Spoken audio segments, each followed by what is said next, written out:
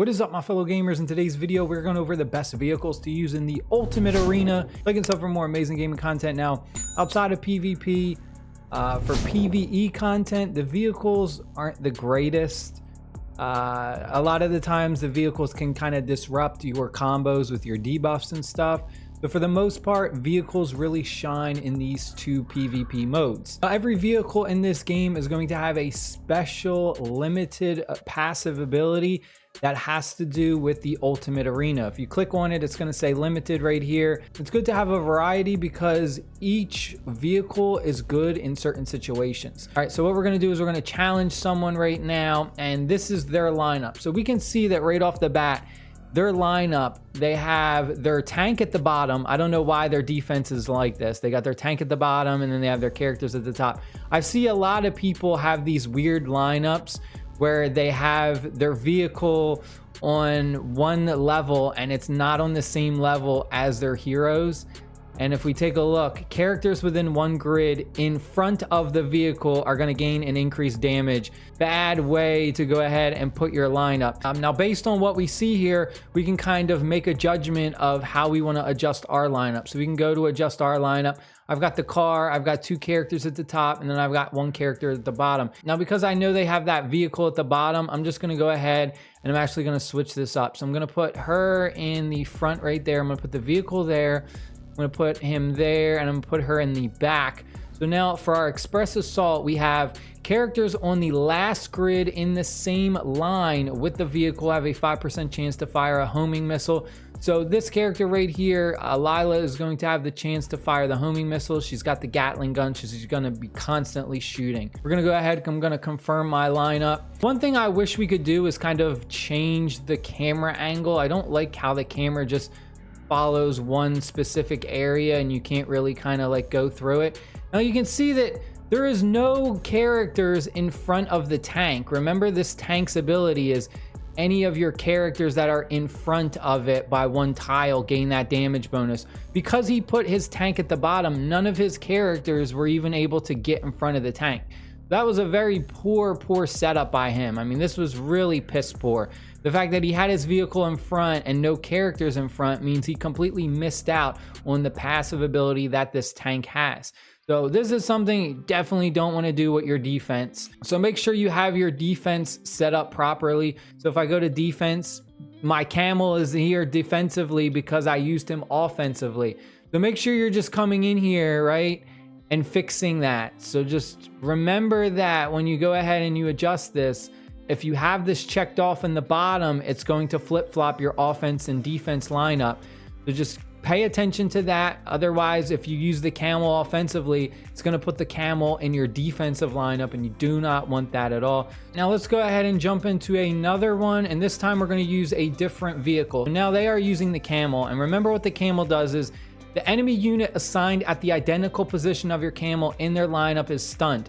So the camel is actually the worst vehicle for defense because you can just look at their lineup and adjust accordingly. So this is one that I really don't recommend for a defensive lineup. You should use one of the other vehicles that you have. Definitely not the camel. The camel is really good offensively because what it does is it lets you specifically manipulate where you want to put the camel so that you know which character you want to stun. They got Marco at the back, who's going to be their main DPS. They also have another character right here that has that sniper rifle. The sniper rifle can deal a lot of damage, and we can figure out, all right, which character do we personally want to stun? Do we want to stun Marco, or do we want to stun the character with the sniper? So what we'll do is we'll go ahead, we'll adjust our lineup, and we're going to take this vehicle out, and we're going to go ahead, we're going to use the camel. And let's see what we want to do. Let me confirm this lineup for a second, and let me see if I want to, let's stun Marco. I think we should stun Marco. So we're going to put our camel in the 7th spot, and we're going to go back to adjust. We're going to have it like this, and I think this is fine having them at the top and the camel right there. So that way he gets stunned, and I think this is going to be good. So we'll go ahead, we'll challenge it. And because he has it in the 6th slot at the bottom, we don't have any characters in the 6th slot at the bottom. So none of our characters are going to get stunned by that passive ability from the camel. So like I said, The camel is really, really bad for defense because you can easily just rearrange your lineup. You should only use the camel offensively when you're going ahead and attacking other players. So far, it looks like we're doing pretty good. Let's see. He's still alive. Our camel is still alive also and hasn't really taken too much damage.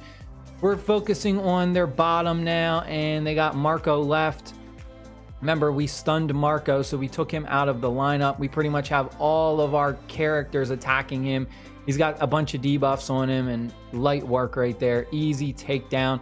You can see the difference. We've got that 7 slot right there. So we stunned Marco, and that was a good stun because he did the majority of their damage at 52%. So we had him stunned right off the bat at 3 seconds, which allowed our other characters to take out their spec ops right here, so that way they couldn't put those debuffs and other things on. And you can see that our main damage dealer did really good, 46%. Tarma did really good, 35%. And then Nadia with 11%. And then just the camel, we really didn't care too much, 6%, but we mostly used the camel for that stun. Now see, this is a good lineup. They have their tank in the back. So you can see characters within 1 grid in front of the vehicle are going to gain increase. So you can see that their characters are going to get that increased damage. They went ahead, they put the tank in the back row. So for this instance, I'd go ahead and I think putting the camel in the 3 spot would be really, really beneficial. Let's go ahead, let's adjust this. Let's put the camel here. We're going to put her in the front, and then we're going to put Tarma there. So then we'll go ahead, we'll confirm this. And Marco's going to get stunned immediately. He's their big damage dealer, and then we only have to really worry about these two.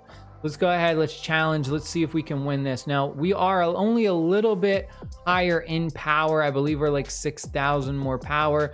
A lot of the times, just because you have more power doesn't necessarily mean you're going to win. A lot of the times it has to do with like the debuffs of your vehicles and things like that. But so far, we're looking okay. That stun, I think, really helped us out at the beginning. Nadia is about to go down, and we killed their tank. We're about to destroy Marco, which is a big plus because he's one of their main damage dealers. We still have Lila alive, so I'm pretty confident that we're going to win this because she's our main damage dealer. They really don't have any more main damage dealers. The tank that they did summon is kind of causing havoc. It's going to be close. If she can go ahead and burst her down, it's going to be really close. Wow, we actually lost. That's crazy. So you can see the tank really does play a huge role. It actually did buff them up enough to go ahead and increase their damage. So that's just a good example of the tank defensively, right? I think the tank is probably the best defensive vehicle to use for the Ultimate Arena as opposed to like some of the other ones that we've seen. Let's go ahead and let's take another example. Here we go. This guy's got his tank in the front. This is a bad one. You shouldn't have it like that. Let's take another example. This guy's got his camel at the front row. Again, camel is not good defensively because we can counter that. Take a look at some other people's lineups. They have the camel in the front as well. Take a look at this one. They got their tank in the back. This is a good defensive lineup. And then let's just take a look at one more and see what they got. They got their tank in the back as well. But hopefully you guys have a better understanding of like your offense and defense. That is it. I hope you guys and girls enjoyed the video. Stay happy, stay safe. I'll see y'all later. Peace.